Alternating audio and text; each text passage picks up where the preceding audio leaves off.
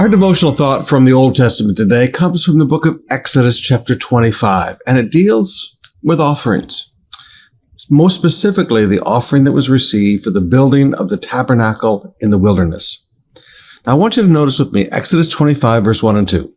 The Lord said to Moses, "Tell the people of Israel to bring me their sacred offerings.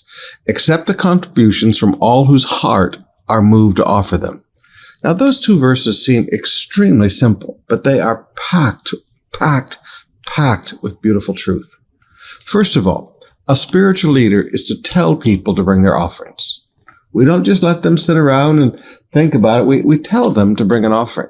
I mean, this is something that a spiritual leader does on behalf of God. Bring the offerings.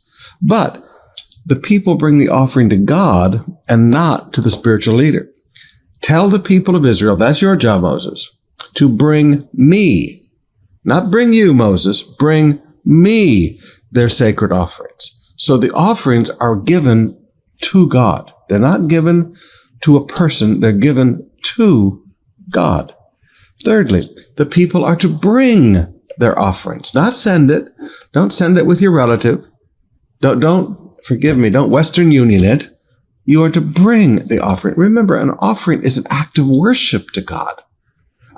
Forgive me, I just don't like any of this new online giving stuff. And, especially during COVID-19, I told our members, don't do online giving.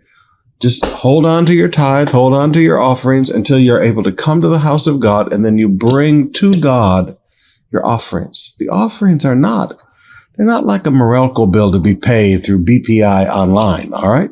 So, all right, tell the people, that's the job of the leader, to bring me, that's where the offerings go, they're given to God, and they are to be brought. But he continues. He said, bring me their sacred offerings. So offerings are considered sacred. Now, what does the leader do? He tells the people to bring it to God, that is a sacred offering. But then the leader is to accept the contributions. We accept it on behalf of God. But the offerings are not for us. The offerings are given to God. And all we do is function as the person who accepts it. But notice he has a little condition here. Accept the contributions from all whose hearts are moved to give them. You don't accept offerings from people who feel forced or compelled to give. You only accept it from people whose hearts have moved them to give. This is something they desire to do. Now, very quick, beautiful truths.